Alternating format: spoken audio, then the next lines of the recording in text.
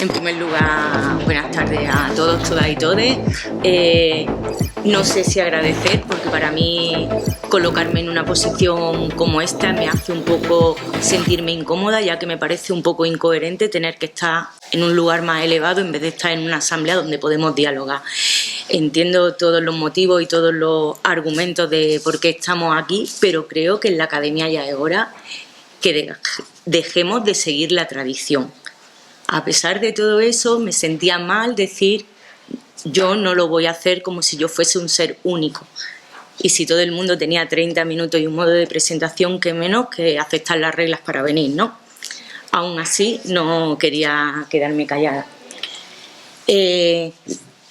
Como veréis, la presentación es en portugués porque nos dijeron que había más público que portugués y un poco para que entendiese, como íbamos a hablar en castellano.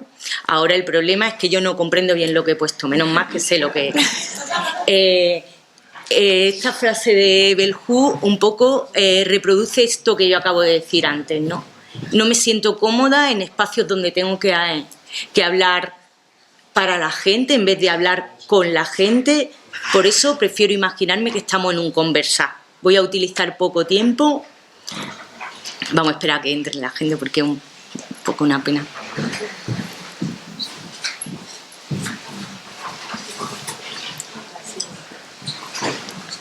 Hi ha moltes cadires a molts llocs endavant.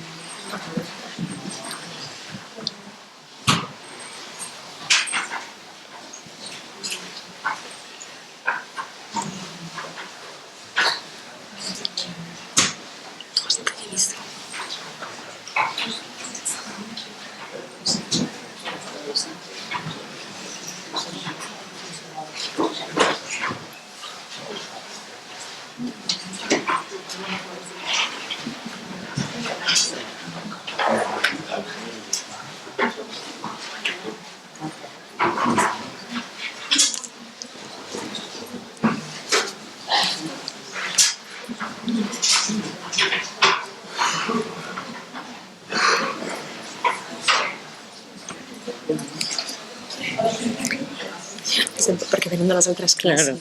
Venen d'altres classes i... Tenen un horari.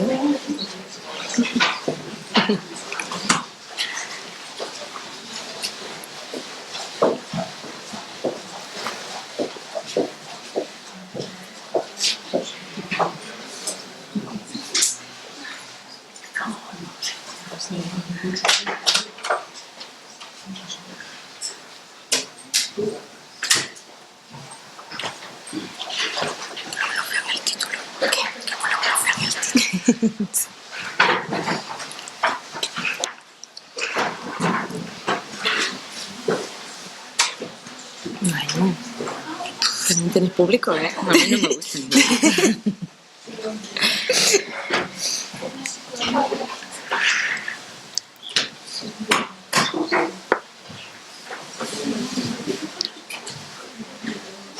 Bueno, ahora ya sí. Vamos a cerrar la puerta, por favor, que no entre nadie más. Justo antes de que llegase y estaba diciendo que me incomodan estos espacios en los que estoy aquí arriba. Y cuando veo todo lleno me incomoda más todavía. Porque ya sí que habla poquito, concisa, y vamos a aprovechar que aquí hay gente que sabe mucho, porque yo pienso que la gente que más sabe son los estudiantes y las estudiantes. Lo que pasa es que no nos interesa escucharles. ¿Por qué no nos interesa escucharles? Porque nos cuestionan. Y a nosotros nos gusta decir lo que venimos a decir y que no nos cuestionen demasiado. O al menos creo que ese es un pecado general de la academia, ¿no? Y comenzaba esta presentación con esta cita de Bell Hooks, que no sé si la conocéis, pero también pertenece a la pedagogía crítica, aparte de Peter McLaren, de Giroux y de todos los hombres. Hay más mujeres, pero aquí cogemos la referencia. Y Bell Hooks decía eso, ¿no? Que no le gustaba mucho hablar para grandes grupos, sino que le gustaba sentarse en un espacio, verse las caras y ponerse a conversar, porque así es como construimos el conocimiento, o al menos eso dicen las teorías, que así construimos el conocimiento. Hablar desde dónde, yo creo que es esencial nuestra historia, desde dónde hablamos, Llevamos una mañana que no hemos parado, una, otra, y a mí me queda mucha ganas de hablar con las personas que han expuesto, aparte por lo que han dicho, por de dónde vienen, dónde les nacen esos cuestionamientos, porque creo que es muy importante, porque hablamos mucho de humanizar la educación, pero realmente echamos menos grano al lado de construir que al lado de seguir corriendo. Y creo que eso nos lo tenemos que plantear todas las personas que nos dedicamos a educación. Diréis, si hemos venido a algo de tecnología, sí, he preparado una diapositiva de tecnología para poder encajar un poco, pero yo creo que la tecnología está al servicio de la educación. Ya lo han dicho muchas personas, pero es que es una realidad. Si la ponemos en el centro, estamos diciendo por abajo, no abiertamente, que esto es lo importante. Desde mi punto de vista, siempre tiene que estar al servicio. No hay momento en el que no tenga que estar al servicio. Si veis esta imagen, es un patio y es el patio de mi escuela. Mis primeros momentos fueron en una escuela rural y creo que eso definió mi ser. Yo cuando fui a otra escuela no entendía por qué ahí se tenía que sufrir, cuando en la escuela se iba a aprender y a disfrutar. No entendía cómo me explicaban las montañas en un libro de texto, cuando en el otro cole salíamos a analizar las montañas que teníamos alrededor. Pero como siempre lo rural está apartado, lo rural es no visible, lo rural nunca se valora. Siempre somos peores, siempre hay los maestros que van a la rural, esto es como ya lo último, ¿no? Y a veces en los lugares esos que decimos tercer mundo, zonas rurales, es donde hay más conocimiento, entre otras cosas porque hay más desarrollo comunitario, al menos eso desde mi perspectiva. Yo todo lo que digo es lo que creo, por supuesto no creo que sea una verdad absoluta, no creo que sepa que existan las verdades absolutas, pero uno al final, dependiendo de su contexto, es como va construyendo su pensamiento, ¿no? La imagen que veis abajo es de una agricultora, alegre pero agricultora, y creo que es una de las personas que menos valoramos. Y si desaparecen los agricultores y las agricultoras, da igual todos los libros que tengamos, que sin comer no podemos pensar. Por eso, durante mucho tiempo solo pensaron unos cuantos, los que tenían la barriguita llena. Los que no la teníamos llena, pues no podíamos pensar, teníamos que hacer otra cosa. Y creo que es importante visibilizar lo que ahora ya también hemos llegado a la universidad, gente que venimos de las familias campesinas. Y creo que es muy importante. A mí me hubiera encantado que alguna maestra mía dijera soy de lo rural, por eso siempre lo digo por si hay alguna de lo rural que diga pues también podemos, porque nos faltan referentes en el ámbito rural, sobre todo nos faltan referentes para desarrollar otro tipo de posicionamiento. Y diréis que tiene que ver todo esto con la descolonización, pues esto es descolonizar. Descolonizar es empezar a mostrar otro tipo de cosas y otro tipo de realidades, porque el mundo no es una única, son múltiples. Y no deberían de estar una arriba y otra abajo, sino que tendríamos que estar un poquito más equilibrados. Yo no abogo por la igualdad de oportunidades, yo abogo por las oportunidades equivalentes, porque tal vez a mí si me dan la misma que ella yo no la pueda asumir, pero si me dan una equivalente más centrada en lo que yo necesito, probablemente sí. Y no estoy hablando de educación individualizada, porque la educación tiene que ser colectiva. Descolonizar la tecnología. Más allá de las posiciones binarias de filia y fobia hacia la tecnología, es esencial que asumamos que es una cuestión de responsabilidad. Y aquí traigo a un compañero, Manolo, un profesor de la Universidad de la Facultad de Ciencias de la Educación, Manolo Fernández, que es un activista en redes. Debato mucho con él porque yo le digo es que cómo soportáis este acoso que tenéis en las redes, todo el que quiere tener un discurso defendiendo a ultranza a la pública, porque en las redes solo tienen lugar el otro discurso que cada vez es más grande. Solo ve insultos hacia la gente que defiende la pública.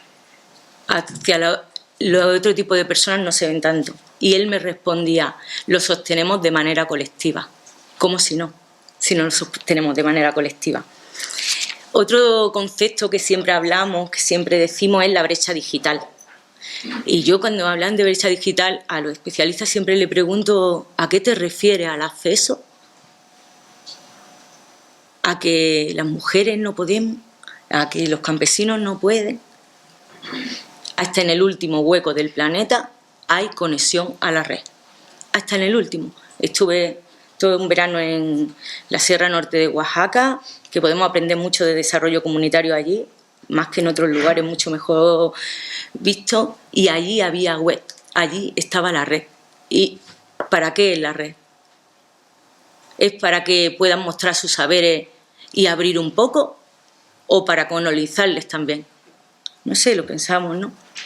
Porque no es que la gente del ámbito rural no llegue el acceso, o la gente de culturas indígenas no llegue el acceso, es que nuestros saberes también puedan estar como parte del conocimiento para el resto. Cerrar la brecha no es que nos pongan el punto, es que nos permitan visibilizar otros saberes. Creo que para la cultura occidental la red y para cualquier cultura es muy interesante para propiciar estos diálogos interculturales que nos van a hacer crecer. Si queremos, si no, no. Pienso que tenemos que apostar por una descolonización radical de las tecnologías, pero ahí tenemos que abrir una capacidad colectiva de invención y creación de otros mundos posibles, porque si no, poco sentido tiene para mí. Traigo un concepto que aprendí, que es el tequio, no sé si lo habéis escuchado hablar, pero es algo que tú aportas a tu comunidad. Investigaba aquí en el ámbito del Estado español y parece que había algo hace tiempo que se llama la hacendera, pero no quiero entrar en ese tema porque no he llegado a una fuente que yo pueda saber si eso es así. Eso ha sido presente aquí o no. Y es esa conciencia desde pequeño, desde pequeña, que tú tienes que aportar a tu comunidad, porque a la comunidad aportamos todas las personas. ¿En algún momento pensamos en aportar a la comunidad o solo pensamos en qué me va a aportar a mí? Bueno, ya sabemos que desde otros lugares, como Via Yala, que no digo Latinoamérica y lo digo así porque no es toda Latinoamérica, es una parte clara, se están empezando a crear espacios virtuales comunes en la que tejen redes de configuración y ahí visibilizan voces subalternas. Todo está centrado en un trabajo colectivo y comunitario y lo que plantea es una posición de resistencia. Y creo que deberíamos de aprender de eso, ¿no? Una tecnología más basada en lo colaborativo que en la competencia, porque ahora normalmente siempre nos la relacionan con la competencia. No hablo de competencia, sino de competitividad. Hablar de tecnología y no hablar de mundo, de ambientalismo, de lo ambiental, es un poco, para mí, inmoral. Porque cada vez queremos más datos, queremos más velocidad, más potente, pero todo eso implica extraer recursos naturales. Normalmente los recursos naturales no los extraemos de aquí nuestros, los traemos de otros territorios que tienen menos posibilidad. Y eso está violentando a otros seres humanos. Aparte de eso, la mano de obra. Seguro que cuando dan alguna asignatura de recursos tecnológicos, yo también lo hacía antes cuando daba recursos tecnológicos, que ya no doy, siempre le ponía algún documental de las minas del Congo, de las minas del coltán del Congo, donde había maltrato infantil. Sí, ponemos el documental, pero seguimos teniendo el último modelo. ¿Quiero decir no a la tecnología? No, la tecnología es esencial, pero a lo mejor no tenemos que cambiar tanto de modelo. Y a lo mejor no tenemos que tenerlo todo, ¿no? Creo que un poco más que una criminalización, un uso responsable de la tecnología. Decimos que el mundo es colonialista, racista, clasista, casi nunca decimos capacitista, pero también lo es. Patriarcal. Mis estudiantes dirían, no, Piedi, no es patriarcal, es cis heteropatriarcal. A mí todavía me cuesta entender esto, porque yo vengo de una mente muy binaria. Pero tener la oportunidad de estar con estudiantes nos puede posibilitar empezar a abrir un poco nuestra mente en cuestión a cómo construyen otras identidades. Que no tenemos por qué estar constantemente diciendo que solo tienen tonterías, que solo tienen deseos, porque a lo mejor sí tenemos que aprender algo, entre otras cosas porque hay otras culturas que tienen multitud de géneros. En concreto la cultura yoruba tiene 5 géneros y eso no lo hablamos. ¿Por qué? Porque esta cultura es de las que está aquí abajo, de las que no se visibilizan, ¿no? Entonces, si tenemos nuestros estudiantes, pues ahí. Quijano decía que era imposible descolonizar la tecnología sin despatriarcalizarla, porque la violencia sociotécnica está intrínsecamente ligada a la violencia sistémica y epistémica como resultado ¿de qué? Del capitalismo, del colonialismo y del conocimiento patriarcal. Yo pienso que no es posible descolonizar la tecnología si antes no hemos descolonizado nuestros pensamientos, nuestras mentes, ¿no? Y aquí quiero hacer una parada como en 3 bloques. Una en cuestión a la ontología. ¿Qué tenemos? ¿Qué creación de mundo queremos? Por cierto, a mí hasta que no llegué a lo predoctoral no me explicaron que había planos del conocimiento. Entonces, cuando nos dicen a las estudiantes y a los estudiantes, es que estás hablando en un plano demasiado práctico. Cariño, explícame los planos que hay. Y cuando me expliquen los planos, probablemente podamos hablar. Pues el plano ontológico, ese de que muchas veces nombran los profesores y decimos ¿onto qué? Pero nadie pregunta, porque claro, la pregunta no está bien vista, es esa concepción de mundo que tenemos, ¿no? ¿Qué mundo, en qué mundo creemos? ¿Qué mundo deseamos? Pues yo me posiciono en una ontología relacional. ¿Esto qué quiere decir? Esto quiere decir que el mundo solo se puede pensar con el otro o con la otra. No se puede pensar en soledad. Y creo que eso ya es importante, porque si partimos de un pensamiento de mundo con otro o con otra, hay muchas cosas que ya no haríamos. Donna Haraway, que os la recomiendo a leer, que me parece una tipa muy, muy interesante, ella habla de la idea de tentacularidad como algo central y lo relaciona mucho con la relacionalidad ontológica, que para ella es la única forma de posibilitar la vida. Lo que decía antes, ser es siempre ser con otro, con otra. Después de esta visión de mundo, tendremos que pasar a lo epistemológico, que también decimos episteme, ¿qué es? O no lo decimos, o lo buscamos en el diccionario. ¿Cómo lo hacemos? Decirme algo, ¿no? O preferís ser sujetos pasivos, que es lo que sabemos, no pasa nada. Cuando dicen epistemológicamente, ¿qué pensamos? O tenemos clarísimo qué es epistemológicamente. ¿No? Pues también es eso, ¿no? Cómo aprendemos, cómo conocemos, cuáles son las formas. Y en ese cómo son las formas, ahora mismo estamos con una epistemología datacéntrica. Datos, datos, datos, datos. ¿Y eso qué hace? Eso aumenta la colonialidad del poder.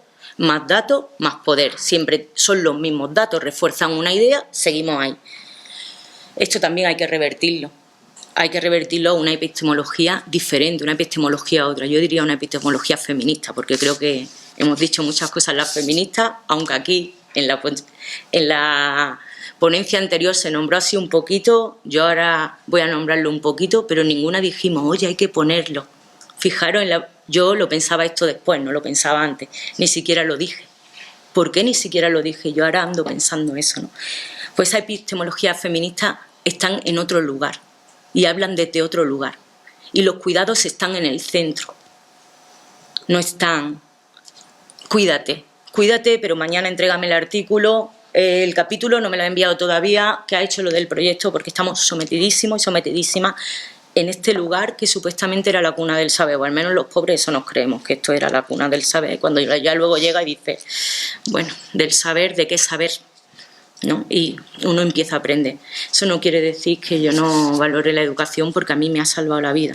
La única manera que tenemos las personas que venimos de otros lugares de poder desarrollar otro tipo de trabajo es a través de la educación y a través de la educación pública, porque sin becas yo no estaría aquí sentada, y creo que eso también lo tenemos que visibilizar cada vez que nos sentemos y agradecer a lo público las posibilidades que nos da.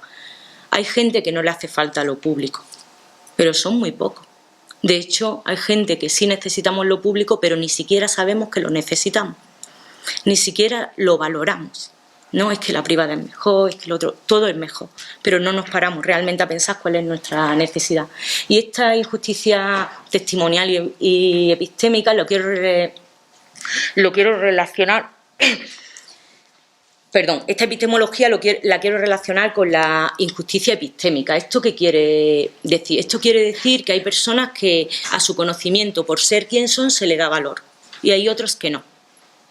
Cuando preguntamos a las personas con algún tipo de diagnóstico, ¿le preguntamos a ellas cuando hacemos historias de vidas de personas con discapacidad o les preguntamos a las familias? Cuando hablamos con personas indígenas, no, nos apropiamos, es que ellos hacen esto, hacen lo otro, les interpretamos, pero realmente no lo escuchamos. ¿Por qué? Porque no le damos valor a su testimonio, cuando es otro ser humano más. Y a lo mejor aprenderíamos. Si escuchamos, yo creo que se aprende mucho. La escucha es una actitud política. Lo que pasa es que nos cuesta hacerlo. Y luego me gustaría nombrar brevemente, porque ya la compañera lo ha hecho, la importancia de la interseccionalidad, ¿no? No es lo mismo que hablemos una que hablemos otra. Y no es lo mismo que me discriminen por ser mujer, porque tal vez me van a discriminar más por ser mujer, por ser negra, por tener discapacidad, por ser lesbiana, y sigue añadiendo. Se va entrecruzando, ¿no? No hay una jerarquía más que otra, sino que esta discriminación se va entrecruzando.